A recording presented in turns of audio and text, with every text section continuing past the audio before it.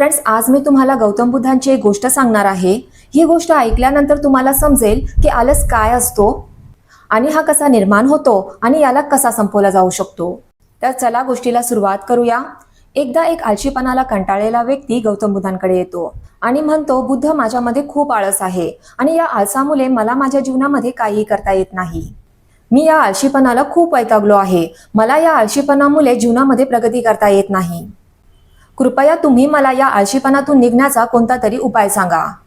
हे ऐकून गौतम बुद्ध हसतात आणि त्या व्यक्तीला विचारतात, तुला कसं माहित की तुझ्यामध्ये आळस आहे?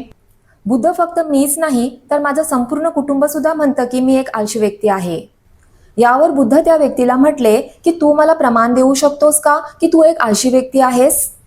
तो आळशी व्यक्ती म्हणाला, हो बुद्ध, मी देऊ शकतो. मग त्यावर बुद्ध म्हणाले की मग मला प्रमाण दे. मग तो व्यक्ती म्हणाला की मला खूप चांगलं माहिती आहे की सकाळी लवकर उठणं माझ्या शारीरिक आणि मानसिक आरोग्यासाठी खूप चांगलं आहे, पण माझा आळस मला सकाळी लवकर उठूच देत नाही. बुद्ध म्हणाले, ठीक आहे, पण तुला माहित आहे का हा आळस म्हणजे नक्की काय असतं? तो आळशी व्यक्ती म्हणाला, बुद्ध, मला हे तर माहित नाही की हा आळस म्हणजे नक्की काय असतं, पण हे जे पण काही आहे ते खूप खराब आहे. बुद्ध म्हणाले, आळस ही एक मानसिक अवस्था आहे, एक भाव आहे, एक विचार आहे, ज्याला नकळत माणूस स्वतःमध्ये जन्म देतो.